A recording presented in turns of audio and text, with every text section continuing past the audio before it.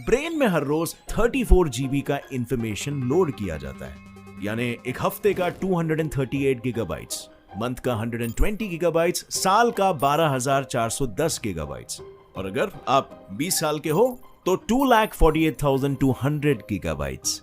और समय के साथ दिमाग के अंदर का डेटा बढ़ते जा रहा है, तो आखिर ये रुकेगा कब?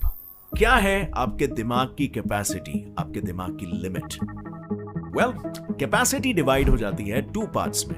नंबर 1 स्टोरेज कैपेसिटी और नंबर 2 प्रोसेसिंग कैपेसिटी। स्टोरेज का मतलब होता है डेटा को भर के सेव करके रखना, जैसे हम किसी हार्ड ड्राइव में करते हैं कंप्यूटर के।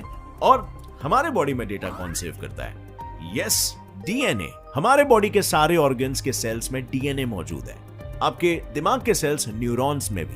स्टीफन स्मिथ, जो मॉलिक्यूलर और सेलुलर फिजियोलॉजी के प्रोफेसर है, उनका कहना है कि ब्रेन जो मोर देन 200 बिलियन न्यूरॉन से बना हुआ है, वो एक दूसरे के साथ 10,000 से भी ज्यादा टाइनी ब्रिजेस से जुड़े हुए होते हैं, जिन्हें सिनेप्सिस कहा जाता है। इन कॉन्टैक्ट से हर 1 सेकंड में 1000 से भी ज्यादा नर्व इंपल्सेस ट्रांसमिट होते हैं। Now just try to get a grasp of it. 2 billion neurons, हर एक साथ 10,000 से भी ज्यादा सिनेप्सिस, और उनमें हर 1 सेकंड 1000 इंपल्सेस का ट्रैवल करना हमें हमारे सेम क्वेश्चन पे वापस ले आता है, what is the capacity of the brain? साल 2010 के साइंटिफिक अमेरिकन के एक आर्टिकल के अनुसार हमारे ब्रेन की मेमोरी कैपेसिटी 2500000000000000 बाइट्स है, जिसमें ब्रेन करीबन 30 लाख आवर्स के टीवी शोज बेझिझक स्टोर करके रख सकता है। पर दिमाग का ऐसा इस्तेमाल क्या हम कर रहे हैं? क्या हम ब्रेन को फुल कैपेसिटी में यूज कर रहे हैं? क्योंकि साल 2013 के the Michael J Fox foundation, इनके एक सर्वे के अनुसार अमेरिका की 65% पॉपुलेशन थिंक्स कि ह्यूमंस अपने पूरे ब्रेन में से सिर्फ 10% हिस्सा ही यूज करते हैं। एंड आई एम श्योर आपने भी ऐसे ही बहुत सारे फैक्ट्स या फिर पोस्ट देखे होंगे सोशल मीडिया पर। बट सिर्फ 10%, is it really true? Well, theoretically yes and practically no. देखो, जब आप कोई भी साउंड को रजिस्टर करते हो तो वो साउंड ईयर ड्रम से ब्रेन के ऑडिटरी कॉर्टेक्स में जाके स्टोर होता है। उसी तरह से कोई भी फूड खाने के बाद उसका टेस्ट तभी आता है जब टंग के रिसेप्टर्स ब्रेन के गस्टेटरी कॉर्टेक्स में उस फूड के टेस्ट के इंफॉर्मेशन को पहुंचाते हैं, और ये दोनों भी ब्रेन के 10% से कहीं छोटे पार्ट्स हैं, which means kind of theoretically उनकी सोच सही है, बट प्रैक्टिकली हमारा ब्रेन एक समय पर कई सारी चीजें कर रहा होता है। वेल, ये तो आप आगे वीडियो में जानोगे ही, लेकिन एक चीज जो आपके लिए जानना और भी बेहद जरूरी है, वो ये है कि इंडिया में करीबन 18% स्टूडेंट सेकेंडरी लेवल के एजुकेशन को पूरा करने के पहले ही ड्रॉप आउट कर लेते हैं, और इसकी वजह है इंडिया के लोगों की पॉवर्टी। पर अगर आपके बच्चे या आपके किसी अपने के एजुकेशन में फाइनेंस एक ऑब्स्टिकल बन के खड़ा हुआ है, तो उस ऑब्स्टिकल को हटाने के लिए मैं आपके लिए लेकर आया हूं अनअकैडमी कॉम्बैट, जो आपके बच्चों को क्वालिटी एजुकेशन दिलवाने के लिए साल में 1-2 बार नहीं, हर संडे को टेस्ट कंडक्ट करता है, जिसमें हर संडे 1 करोड़ तक के स्कॉलरशिप जीतने का मौका आपको मिलता है।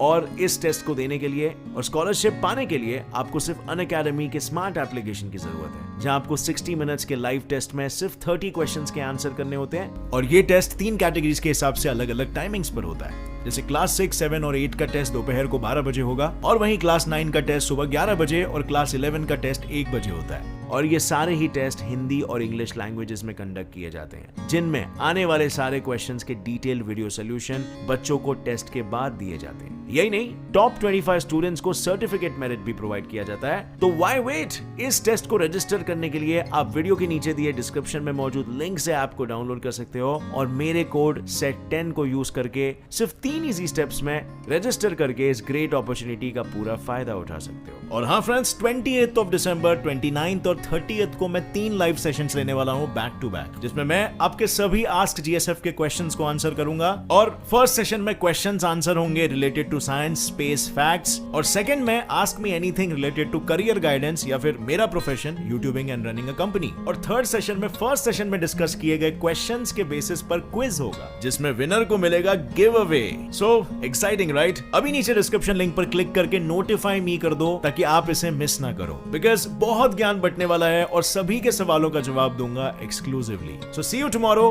Click on notify me. और अब मैं आपको बताता हूं कि प्रैक्टिकली ब्रेन के 10% की सोच कितनी सही है। जैसे अगर आप कोई मूवी देख रहे हो तो उस समय आप उसके विजुअल्स रजिस्टर कर रहे होते हो, मूवी का साउंड रजिस्टर कर रहे होते हो, और साथ साथ आप पॉपकॉर्न्स भी खा रहे होते हो, है ना?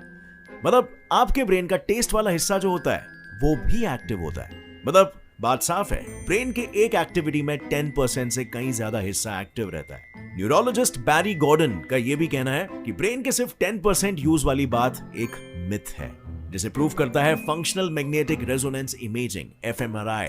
इस कॉमन ब्रेन इमेजिंग टेक्निक की मदद से ब्रेन की एक्टिविटी को मेजर किया जा सकता है, जिससे हमें यह पता चला कि हमारा ब्रेन ऑल टाइम एक्टिव रहता है, इवन सोते समय भी। मगर एट अ टाइम ब्रेन का कुछ पार्ट ऑन रेस्ट होता है, यानी हम उसका पूरा इस्तेमाल नहीं कर रहे होते। तो क्या 100% ब्रेन का यूज किया तो आप सुपर बन जाओगे?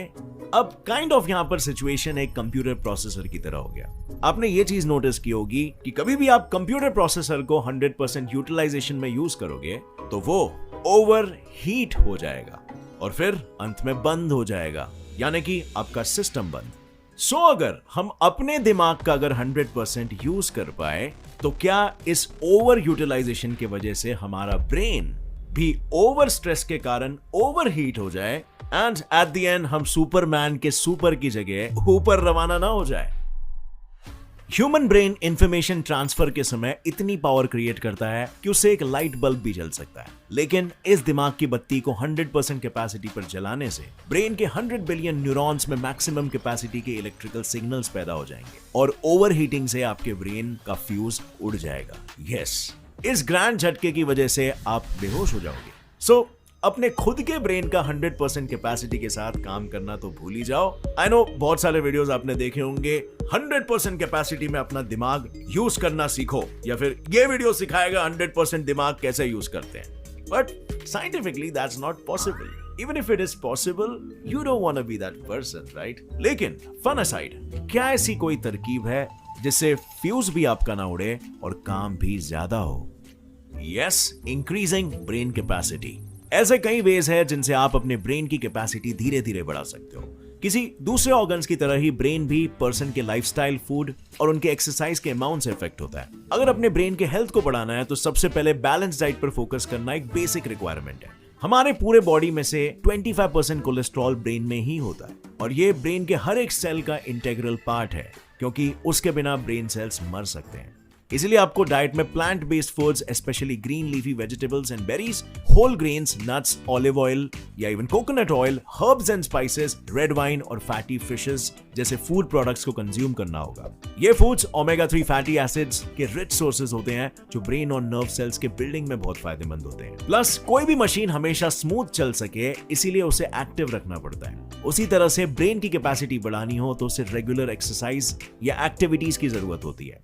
पर ब्रेन की एक्सरसाइज कैसी होती है? वेल, काइंड ऑफ सेम जैसे आप कार्डियोवैस्कुलर एक्टिविटीज करते हो। दिन में 30 मिनट्स तक तेज चलना ब्रेन में फंक्शन डिक्लाइनिंग के रिस्क को रिड्यूस करता है। यही नहीं, translational research and clinical interventions इनके 10 साल के स्टडीज के अनुसार ब्रेन ट्रेनिंग एक्सरसाइज करने वाले लोगों ने डिमेंशिया, जो कि एक ऐसी दिमागी बीमारी है जिसमें ह्यूमंस की नॉर्मली थिंक करने की एबिलिटी इफेक्ट होती है, उसके रिस्क को 29% तक कम कर देता है। लेकिन इन सारे कछुए वाले तरीकों में एक खरगोश वाला तरीका भी है। Welcome Neuralink. इलॉन मस्क द्वारा इन्वेंटेड ये चिप एक ऐसी ब्रेन इंटरफेस टेक्नोलॉजी है जिसका उद्देश्य मेडिकल एप्लीकेशंस जैसे स्पाइनल कॉर्ड इंजरीज और न्यूरोलॉजिकल डिसऑर्डर्स को ठीक करना है। पर यह सब एक छोटे से चिप से कैसे पॉसिबल है? वेल, इस चिप को सर्जिकली ब्रेन के स्कल में इम्प्लांट किया जाएगा, जिसमें कुछ इलेक्ट्रोड्स रहेंगे और यही इलेक्ट्रोड्स ब्रेन के भेजे हुए सिग्नल्स को रीड करके उसका जवाब देंगे। इस न्यूरालिंक की टेक्नोलॉजी की वजह से पैरालाइज लोग बिना हाथ लगाए अपने स्मार्टफोन्स और कंप्यूटर्स को ऑपरेट कर सकते हैं। बट न्यूरालिंक सिर्फ इतने तक ही सीमित नहीं रहेगा। फ्यूचर में बढ़ती टेक्नोलॉजी के साथ इस न्यूरालिंक में भी कई बदलाव आ सकते हैं, जिसके अंजाम में शायद आगे जाकर वो आज के कंप्यूटर्स की तरह बन जाए। मतलब just think about it, brain computer बन जाएगा। सो उस वक्त तेज कौन होगा, कंप्यूटर या दिमाग? आज के समय में बेसिक ऑपरेशन के स्पीड के कंपैरिजन में कंप्यूटर ब्रेन को मात दे देता है। एडिशन हो या डिवीजन, ऐसे 10 billion elementary arithmetic operations computer 1 second में कर देता है। उसी जगह अगर हमारे ब्रेन पर नजर डालें तो उसके फास्टेस्ट सिनेप्टिक ट्रांसमिशन में भी 1 मिलीसेकंड लग जाता है, जो कंप्यूटर के कंपैरिजन में 10 मिलियन गुना स्लो है। ब्रेन के लिए नई चीजें सीखना बहुत आसान और तेज है, ये माना, लेकिन फिर भी ये सेम टाइम पर मल्टीटास्क करने में कंप्यूटर से बहुत पीछे है। जैसे अगर मैं आपको बोलूं उल्टी गिनती करते समय 2 नंबर्स के क्यूब्स का मल्टीप्लिकेशन कीजिए, तो ये सभी के लिए आसान नहीं होगा। बट ऐसा नहीं है कि ब्रेन हमेशा से कंप्यूटर से पीछे रहा है। ऑटोनॉमिक नर्वस सिस्टम को यूज करके ब्रेन भी मल्टीटास्किंग करता है। जैसे ब्रेन ब्रीदिंग, हार्ट रेट और ब्लड प्रेशर, इन चीजों को एक साथ कंट्रोल करता है। अगर कंप्यूटर लॉजिकल थिंग्स और कंप्यूटेशंस करने के लिए फास्ट है, तो ब्रेन आउटसाइड वर्ल्ड को इंटरप्रेट करने में और न्यू आइडियाज फॉर्म करने में बेटर है। इवन अगर हम स्टोरेज कैपेसिटी की बात करें, तो फोर्ब्स के 2017 के एक आर्टिकल के हिसाब से ह्यूलेट पैकर्ड एंटरप्राइज इस सॉफ्टवेयर कंपनी ने दुनिया का सबसे बड़ा सिंगल मेमोरी कंप्यूटिंग सिस्टम बनाया, जिसकी टोटल स्टोरेज करीबन 160 टेराबाइट्स जितनी है, जो ब्रेन के 2.5 पेटाबाइट कैपेसिटी के मुकाबले में कुछ भी नहीं है। लेकिन ऐसा कितने सालों तक रहेगा? अपोलो 11 जिस स्पेसक्राफ्ट से हम चांद पर पहुंच पाए थे, उसके ऑपरेटिंग सिस्टम की मेमोरी सिर्फ 64 किलोबाइट जितनी थी, जो आज के डिजिटल टोस्टर के मेमोरी से भी बहुत कम है। तो जब कुछ ही चंद सालों में हम टेक्नोलॉजी में इतने आगे बढ़ गए, तो क्या फ्यूचर में हम हमारे ब्रेन को भी मात दे पाएंगे? सॉफ्ट बैंक के सीईओ मासायोशी सोन के अनुसार 2047 तक हम टेक्निकल सिंगुलैरिटी के फेज में पहुंच जाएंगे। टेक्निकल सिंगुलैरिटी मतलब एक ऐसा दौर जहां आर्टिफिशियल इंटेलिजेंस यानी सुपर इंटेलिजेंट मशीन्स दुनिया को चलाएंगे। ये बहुत ही वियर्ड सिचुएशन होगा और ट्रस्ट मी, आपको इस बात का कोई अंदाजा नहीं होगा। सो डज दैट मीन कि ह्यूमन ब्रेन का कोई इंपॉर्टेंस तब नहीं रहेगा? Well, human brain remembering, planning, organising या फिर डिसीजन मेकिंग जैसे कई एस्पेक्ट को कंट्रोल करता है। बट जैसे टाइम के साथ साथ प्रोसेसर अप्रचलित यानी स्लो होते जाता है, वैसे ही ब्रेन भी टाइम और एज के साथ अपनी कैपेसिटी खोने लगता है। जैसे जैसे उम्र बढ़ जाती है, बायोलॉजिकल सेनेसेंस यानी नेचुरल एजिंग के कारण ब्रेन का साइज श्रिंक होते जाता है, खासकर फ्रंटल कॉर्टेक्स, जिससे ब्रेन के याददाश्त में गिरावट आ जाती है और मेमोरीज याद रखना ब्रेन के लिए मुश्किल हो जाता है। क्या ब्रेन की कैपेसिटी में डिक्रीज सिर्फ एज और टाइम पर ही डिपेंड करता है? नहीं। International society for intelligence research के ISSN 0162896 जर्नल के अनुसार साल 1800 के बाद एवरेज IQ में हर दशक में 1.6 पॉइंट्स की कमी हुई है। और इसका कारण क्या था? वेल, पुराने समय में जब टेक्नोलॉजी इतनी एडवांस नहीं थी, तब हम चीजों को याद रखने के लिए स्मार्टफोन जैसे डिवाइसेस का नहीं बल्कि ब्रेन का इस्तेमाल करते थे। इसका बेस्ट एग्जांपल है नेविगेशन सिस्टम। नेविगेट करने के लिए GPS पर भरोसा करना आपके सेंस ऑफ डायरेक्शन को डिस्ट्रॉय कर देता है, जो नेचुरली हम में होता है, और इसे प्रैक्टिस करते रहना होता है। और इस सेंस को विकसित करने के लिए हमारे पूर्वजों को हजारों साल लग गए थे। जब हमारी सारी कैपेबिलिटीज धीरे धीरे कम होती जा रही है, तो फ्यूचर में हमारे पास बचेगा क्या? No brain? वेल, अभी यस ब्रेन है, तो भी इसके अंदर क्या है? Fake memories. आपने विस्पर गेम तो खेला होगा। एक पर्सन कोई बात या स्टोरी किसी दूसरे पर्सन के कान में बताता है और वो इंसान सेम वे में स्टोरी को आगे पास करता है। कई सारे लोगों द्वारा इंटरप्रेट करने के बाद आखिर तक पहुंचते पहुंचते स्टोरी में कई सारे चेंजेस हो जाते हैं। और ठीक इसी वे में हमारा ब्रेन मेमोरीज को मैनिपुलेट करता है। कोई भी इंसिडेंट होते समय ब्रेन उन्हीं चीजों को याद रखता है जो उस समय उसे इंपॉर्टेंट लगती है। यही नहीं, हर एक इंसिडेंट सिर्फ हमारे पर्सपेक्टिव से स्टोर होता है, जिससे मेमोरीज की ओरिजिनलिटी चेंज हो जाती है। और इसका मतलब यह है कि जितने भी मेमोरीज के साथ आप जिंदगी जी रहे हो, वो आधी अधूरी है या फिर झूठी मेमोरीज है। लेकिन क्या सिर्फ वो मेमोरीज ही झूठी है, या आपकी की पूरी जिंदगी ही एक झूठ है? आपका जन्म आपके पेरेंट्स के 2 सेल्स की वजह से हुआ। आपका बोला हुआ फर्स्ट वर्ड आपको किसी और ने सिखाया था। आपके एनवायरनमेंट में आपका कोई कंट्रोल नहीं था और इसीलिए कोई भी काम आपको किसी न किसी ने सिखाया है या फिर किसी को देख के आपने सीखा है। सो अगर कुछ भी आपका खुद का नहीं है, तो are you even really you, और are you someone else's experience?